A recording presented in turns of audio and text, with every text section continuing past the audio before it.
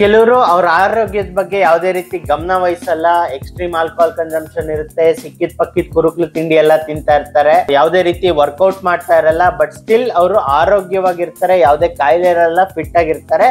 But in ಕೆಲವರು ತುಂಬಾ conscious ಆಗಿದ್ದು ಓವರ್ ವೆಯ್ಟ್ ಆಗಿರ್ತಾರೆ, ಆ ಲೆವೆಲ್ ಅಲ್ಲಿ ಫಿಟ್ನೆಸ್ ಆಗ್ಲಿ ಆರೋಗ್ಯ ಆಗ್ಲಿ ಸಿಕ್ಕಿರಲ್ಲ. ಸೊ ಇದ್ರ ಬಗ್ಗೆ ಯಾಕೆ ಅನ್ನೋದ್ರ ಬಗ್ಗೆ ಈ ವಿಡಿಯೋದಲ್ಲಿ ಡಿಸ್ಕಸ್ ಮಾಡ್ತೀನಿ ಡೀಟೇಲ್ ಆಗಿ. ಕೊನೆವರೆಗೂ ನೋಡಿ, ತುಂಬಾ ಇಂಟ್ರೆಸ್ಟಿಂಗ್ ಪಾಯಿಂಟ್ಸ್ ಗಳನ್ನ ನೀವು ತಿಳ್ಕೊಂತೀರಾ. ಜಸ್ಟ್ ಇದು ಫಿಟ್ನೆಸ್ ವಿಡಿಯೋ ಆಗಲ್ಲ, ನಿಮ್ಮ ಲೈಫ್ ಅಲ್ಲೂ ಹೇಗೆ ಥಿಂಗ್ಸ್ ನ ಕನ್ಸಿಡರ್ ಮಾಡಬೇಕು ಅನ್ನೋದ್ರ ಬಗ್ಗೆ ಜಾಗೃತಿ ಮೂಡುತ್ತೆ. ಪ್ರತಿಯೊಬ್ಬರಿಗೂ ಜೆನೆಟಿಕ್ಸ್ ಅಥವಾ ಹೆರಿಡಿಟ್ರಿ ಅನ್ನೋದು ಬಂದಿರುತ್ತೆ. ಒಂದು ಫೈನಾನ್ಸ್, ತಂದೆ ತಾಯಿಯಿಂದ ದುಡ್ಡು ಆಸ್ತಿ, ತಂದೆ ತಾಯಿ ಎಷ್ಟು ಆಸ್ತಿ ಮಾಡ್ತಿದ್ದಾರೆ ಅದೊಂದು. ಇನ್ನೊಂದು ಆರೋಗ್ಯ ಅನ್ನೋದು. ಸೊ ಅದನ್ನ ಉಳಿಸ್ಕೊಂಡು ಬೆಳೆಸ್ಕೊಂಡು ಹೋಗ್ತಿರೋ ಹೇಗೆ ಮಾಡ್ತೀರಾ ಅನ್ನೋದು ಡಿಪೆಂಡ್ ಆಗುತ್ತೆ. ಸೊ ಅನಂತ್ ಅಂಬಾನಿಯವರ ಕಂಡೀಷನ್ ಕನ್ಸಿಡರ್ ಮಾಡಿದ್ರೆ ಅವ್ರಿಗೆ ಫೈನಾನ್ಷಿಯಲಿ ತುಂಬಾ ಬ್ಲೆಸ್ಡ್ ಆಗಿದ್ದಾರೆ. ತಂದೆ ತಾಯಿಯಿಂದ ತಾತನಿಂದ ಸಿಕ್ಕಾಪಟ್ಟೆ ಆಸ್ತಿ ಬಂದಿದೆ. ಸೊ ಸಾವಿರಾರು ಕೋಟಿ ಅವ್ರ ಮದ್ವೆ ಮೇಲೆ ಖರ್ಚು ಮಾಡಿದ್ರು ಯಾವುದೇ ರೀತಿ ಅವರ ಫೈನಾನ್ಷಿಯಲ್ ಸಿಚುಯೇಷನ್ಗೆ ಒಂದು 5% ಕೂಡ ಇಂಪ್ಯಾಕ್ಟ್ ಆಗಲ್ಲ. ಈವನ್ ಅವರು ಏನು ಕೆಲಸ ಮಾಡದೆ ಆರಾಮಾಗಿ ತಿರ್ಗಾಡ್ಕೊಂತಿದ್ರು ಅವ್ರಿಗೆ ಅಷ್ಟು ಇಂಪ್ಯಾಕ್ಟ್ ಆಗಲ್ಲ. ಬಿಕಾಸ್ ಅವರು ಜೆನೆಟಿಕಲಿ ಗಿಫ್ಟೆಡ್, ತಂದೆ ತಾಯಿಯಿಂದ ಬಂದಿದೆ. ಹಾಗೆ ಆರೋಗ್ಯನೂ ಸಹ. ಯಾರೋ ಒಬ್ಬ ಎಕ್ಸ್ಟ್ರೀಮ್ಲಿ ಎಲ್ಲ ಹೇಳಿದ್ನಲ್ಲ, ಎಲ್ಲಾ ರೀತಿ ಕುರುಕ್ಲು ತಿಂದು ವರ್ಕೌಟ್ ಮಾಡದೆ, ಆರೋಗ್ಯದ ಬಗ್ಗೆ ಗಮನ ಕೊಡದೆ, ಡಿಫ್ರೆಂಟ್ ಡ್ರಗ್ಸ್ ನ ಟ್ರೈ ಮಾಡಿ, ಆಲ್ಕೋಹಾಲ್ ನ ಟ್ರೈ ಮಾಡಿರ್ತಾನೆ, ಬಟ್ ಆರೋಗ್ಯವಾಗಿರ್ತಾನೆ ಅಂದ್ರೆ ಅವರ ತಂದೆ ತಾಯಿಯಿಂದ ಅಷ್ಟು ಚೆನ್ನಾಗಿ ಬ್ಲೆಸ್ಡ್ ಆಗಿದ್ದಾರೆ ಆರೋಗ್ಯ ಅನ್ನೋ ವಿಷಯನ ಕನ್ಸಿಡರ್ ಮಾಡಿದ್ರೆ. ಸೊ ಆ ಕಾರಣದಿಂದ ಅವರು ಚೆನ್ನಾಗಿರ್ತಾರೆ. ಸೊ ಅವ್ರಿಗೆ ನೀವು ಯಾವುದೇ ಕಾರಣಕ್ಕೂ ಕಂಪೇರ್ ಮಾಡಕ್ ಹೋಗ್ಬಿಡಿ. ಹೇಗೆ ಈಗ ಅನಂತ್ ಅಂಬಾನಿದೆ ಹೇಳಿದ್ನಲ್ಲ, ಫೈನಾನ್ಷಿಯಲಿ ಅಷ್ಟು ಬ್ಲೆಸ್ಡ್ ಆಗಿರ್ಬೋದು, ಬಟ್ ಆರೋಗ್ಯ ವಿಚಾರ ಬಂದಾಗ ತಂದೆ ತಾಯಿಯಿಂದ ವರ್ಸ್ಟ್ ಜೆನೆಟಿಕ್ಸ್ ಬಂದಿದೆ. ಸೊ ಆ ಕಾರಣದಿಂದ ಅವರು ತುಂಬಾನೇ ಇಂಪಾರ್ಟೆನ್ಸ್ ಕೊಡ್ಬೇಕು ಆರೋಗ್ಯದ ಬಗ್ಗೆ. ತುಂಬಾನೇ ನನ್ಕಿಂತ ಒಂದು 10 times 20 times ಎಕ್ಸ್ಟ್ರಾ ಎಫರ್ಟ್ಸ್ ಹಾಕ್ಬೇಕು ನನ್ಕಿಂತ ಲೋವರ್ ಫಿಟ್ನೆಸ್ ನ ಅಚೀವ್ ಮಾಡಕ್ಕೆ. ಬಿಕಾಸ್ ನಾನೇ ಅಲ್ಲ, ನೀವೆಲ್ಲ ಕನ್ಸಿಡರ್ ಮಾಡಿದ್ರು ಆ ಫಿಟ್ನೆಸ್ ಆರೋಗ್ಯ ಅನ್ನೋದು ಬಂದ್ರೆ ಅನಂತ್ ಅಂಬಾನಿಗಿಂತ ನಿಮ್ದು ಚೆನ್ನಾಗಿದೆ. ಅದೇ ಫೈನಾನ್ಷಿಯಲ್ ಸಿಚುಯೇಷನ್ ನ ಕನ್ಸಿಡರ್ ಮಾಡಿದ್ರೆ, ನಾನು ಅನಂತ್ ಅಂಬಾನಿ ಅವರಷ್ಟು ಖರ್ಚು ಮಾಡ್ಬೇಕು ಅಂತಂದ್ರೆ ಅವ್ರಕ್ಕಿಂತ 1000 ಪಟ್ಟು ಎಕ್ಸ್ಟ್ರಾ ಎಫರ್ಟ್ಸ್ ಹಾಕ್ಬೇಕಾಗುತ್ತೆ.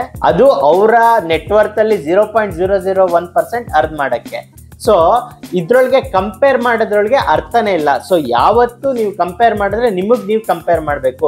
ಹೋದ್ ತಿಂಗಳು ನನ್ನ ಆರೋಗ್ಯ ಎಷ್ಟಿತ್ತು, ಈ ತಿಂಗಳು ಎಷ್ಟಿದೆ, ಹೋದ್ ತಿಂಗಳು ನಾನು 75 kg ಇದ್ದೆ, ಈ ತಿಂಗಳು 70 kg ಆಗಿದ್ದೀನಿ, ಹೋದ್ ವರ್ಷ ನನ್ನ ಫೈನಾನ್ಷಿಯಲ್ ಸಿಚುಯೇಷನ್ ಹೀಗಿತ್ತು, ಈ ವರ್ಷ ಹೀಗಿದೆ, ಮುಂದಿನ ವರ್ಷ ಹೇಗಿರ್ಬೇಕು, ಅದನ್ನ ಇಂಪ್ರೂವ್ ಮಾಡ್ಕೊಂಡು ಹೋಗ್ಬೇಕು. ಕಂಪೇರ್ ಮಾಡ್ಕೊಳ್ಳೋದ್ರೊಳಗೆ ಅರ್ಥನೇ ಇಲ್ಲ.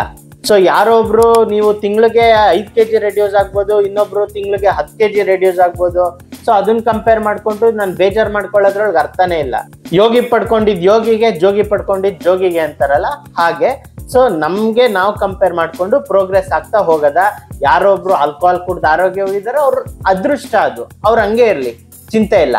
ಆಮೇಲೆ ಇನ್ನೊಂದು ಎಕ್ಸಾಂಪಲ್ ಕೊಡ್ತೀನಿ. ಆ ಒಂದು ಸಿಚುಯೇಷನ್ ಜೀವನ ಪೂರ್ತಿ ಹಂಗೆ ಇರುತ್ತೆ ಅಂತ ಹೇಳಕ್ಕಾಗಲ್ಲ. ಈಗ ಅನಂತ್ ಅಂಬಾನಿ ಅವರ ತಂದೆದು ಎಕ್ಸಾಂಪಲ್ ಕೊಡ್ತೀನಿ. ಧೀರುಭಾಯಿ ಅಂಬಾನಿ ಅವರು ಮೇನ್ ಲೀಡ್. ಅವರು ದುಡ್ಡು ಸಂಪಾದನೆ ಮಾಡಿದ್ದು ಇಬ್ರು ಮಕ್ಳಿಗೆ, ಅಂದ್ರೆ ಅನಿಲ್ ಅಂಬಾನಿ ಮತ್ತು ಮುಖೇಶ್ ಅಂಬಾನಿಗೆ ಈಕ್ವಲ್ ಆಗಿ ದುಡ್ಡನ್ನ ಸ್ಪ್ಲಿಟ್ ಮಾಡ್ತಾರೆ. ಕಂಪನೀಸ್ ಎಲ್ಲ ಸ್ಪ್ಲಿಟ್ ಮಾಡಿ ಕೊಟ್ಬಿಟ್ಟು ಬಿಡ್ತಾರೆ. ಮುಖೇಶ್ ಅಂಬಾನಿ ಅವರು ಅದನ್ನ ಉಳಿಸ್ಕೊಂಡು ಬೆಳೆಸ್ಕೊಂಡು ಹೋಗ್ತಾರೆ. ಹೇಗೆ ಮಾಡ್ಬೇಕು ಅನ್ನೋದೊಂದು ಐಡಿಯಾ ಇರುತ್ತೆ. ಅದೇ ಅನಿಲ್ ಅಂಬಾನಿ ಅವರು ಅಗ್ರೆಸಿವ್ ಆಗಿ ಖರ್ಚು ಮಾಡಿ, ಐಡಿಯಾ ಇಲ್ಲದೆ ಯಾವ್ದಾವ್ದು ಬಿಸ್ನೆಸ್ ಹಾಕಿ ಅಷ್ಟು ದುಡ್ಡು ಕಳ್ಕೊಂತಾರೆ. ಇಬ್ರಿಗೂ ಈಕ್ವಲ್ ಫೈನಾನ್ಷಿಯಲ್ ಸಿಚುಯೇಷನ್ ಇತ್ತ, ಬಟ್ ಇವ್ರು ಬೆಟರ್ ಆದ್ರು, ಅವ್ರು ವರ್ಸ್ಟ್ ಆದ್ರು. ಹಾಗೆ ನೀವು ಈ ಕ್ಷಣಕ್ಕೆ ಏನೇ ಆಲ್ಕೋಹಾಲ್ ಮಾಡ್ಲಿ, ಎಲ್ಲಾ ರೀತಿ ಅನಾರೋಗ್ಯವಾಗಿರೋಂಥದ್ದು ಏನೇನ್ ಬೇಕು ಎಲ್ಲ ಮಾಡಿದ್ರೆ ಈ ಕ್ಷಣಕ್ಕೆ ಖುಷಿಯಾಗಿರ್ತೀರಾ, ಮುಂದೆ ಖುಷಿಯಾಗಿರ್ತೀರಾ ಅಂತ ಯಾವುದೇ ರೀತಿ ಗ್ಯಾರಂಟಿ ಇಲ್ಲ. ಸೊ ಆರೋಗ್ಯದ ಬಗ್ಗೆ ಗಮನ ಕೊಡಿ. ನನ್ನ ಕಂಡೀಷನ್ ನನ್ನ ಸರ್ಕಲ್ ಅಲ್ಲೇ ಕನ್ಸಿಡರ್ ಮಾಡಿದ್ರೆ 2 to 3 years ಬ್ಯಾಕ್ ಯಾರು ಹೇಳ್ತಾ ಇದ್ರು, ನನ್ಗೇನು ಆಗಲ್ಲ ನೋಡು, ನಾನು ನಿನ್ಕಿಂತ ಆರೋಗ್ಯವಾಗಿದ್ದೀನಿ, ಯಾವುದೇ ರೀತಿ ಜಿಮ್ಗೆ ಹೋಗಲ್ಲ, ನಿನ್ಕಿಂತ ಫಿಟ್ ಆಗಿದ್ದೀನಿ, ನೀನು ಎಷ್ಟು ವರ್ಷದಿಂದ ಜಿಮ್ ಮಾಡ್ತಿದ್ಯಾ, ನಾನೇ ನಿನ್ಕಿಂತ ಸ್ಟ್ರಾಂಗ್ ಆಗಿದ್ದೀನಿ ಅಂತ ಹೇಳ್ತಾ ಇರ್ತಾರೆ. ಸೊ ಅಂತ ಹೇಳ್ದವ್ರ ಸಿಚುಯೇಷನ್ ಇವಾಗ ಹಾಗಿಲ್ಲ. ಒಬ್ಬೊಬ್ರು ಒಂದೊಂದು ಪ್ರಾಬ್ಲಮ್ನ ಫೇಸ್ ಮಾಡ್ತಿದ್ದಾರೆ. ಒಬ್ರಿಗೆ ಡಯಾಬಿಟಿಸ್ ಆಗಿದೆ, ಸಕ್ಕರೆ ಐಟಮ್ ತಿನ್ನೋ ಹಾಗಿಲ್ಲ, ಅನ್ನ ಐಟಮ್ ತಿನ್ನೋ ಹಾಗಿಲ್ಲ. ಇನ್ನೊಬ್ರಿಗೆ ಯೂರಿಕ್ ಆಸಿಡ್ ಇಂದ ಕಿಡ್ನಿ ಇಶ್ಯೂಸ್, ಕಿಡ್ನಿ ಸ್ಟೋನ್ಸ್ ಆಗೋ ಪಾಸಿಬಿಲಿಟೀಸ್ ಆಗಿದೆ. ಇನ್ನೊಬ್ರಿಗೆ ಓವರ್ ವೆಯ್ಟ್ ಇರೋದ್ರಿಂದ ಒಂಥರ ಜಿಗುಪ್ಸೆಗೆ ಹೊರಟೋಗಿದ್ದಾರೆ. ಏನ್ ಮಾಡಕ್ಕೂ ಒಂದು ಎನರ್ಜಿ, ಎಂಥೂಸಿಯಾಸಮ್ ಅಂತಾರಲ್ಲ, ಅದು ಇಲ್ವೇ ಇಲ್ಲ. ಯಾವಾಗ್ಲೂ ಸೋಂಬೇರಿ ತರ ಬಿದ್ದಿರ್ತಾರೆ. ಇನ್ನೊಬ್ರು ಓವರ್ ವೆಯ್ಟ್ ಇರೋದ್ರಿಂದ ಮದ್ವೆ ಆಗ್ತಾ ಇಲ್ಲ, ಪ್ರಾಪರ್ ಆಗಿರೋ ಅವ್ರಿಗೆ ಇಷ್ಟವಾಗಿರೋ ಅಂತ ಹುಡುಗಿ ಸಿಗ್ತಾ ಇಲ್ಲ. ಇನ್ನೊಬ್ಬಂಗೆ ಲೋವರ್ ಬ್ಯಾಕ್ ಪೇನು, ಮಂಡಿ ನೋವು, ಈ ರೀತಿ ಇಶ್ಯೂಸ್ ಫೇಸ್ ಮಾಡ್ತಾ ಇದ್ದಾರೆ. ಬಿಕಾಸ್ ಚೆನ್ನಾಗಿದೆ ಅಂದ್ಬಿಟ್ಟು ಅಗ್ರೆಸಿವ್ ಆಗಿ ಅವರ ಆರೋಗ್ಯನ ಅವ್ರು ಹಾಳು ಮಾಡ್ಕೊಂಡಿದ್ದಾರೆ. ಈಗ ನಾನು ಅವ್ರು ಜೆನೆಟಿಕಲಿ ಗಿಫ್ಟೆಡ್ ಆಗಿದ್ರು, ಅವ್ರನ್ನ ಓವರ್ಕಮ್ ಮಾಡಿದ್ದೀನಿ. ನಾನು ಜೆನೆಟಿಕಲಿ ಗಿಫ್ಟೆಡ್ ಅಲ್ಲ, ಬಟ್ ಸ್ಟಿಲ್ ಅವ್ರಕ್ಕಿಂತ ನನ್ನ ಹೆಲ್ತ್ ಸಿಚುಯೇಷನ್ ಬೆಟರ್ ಆಗಿದೆ.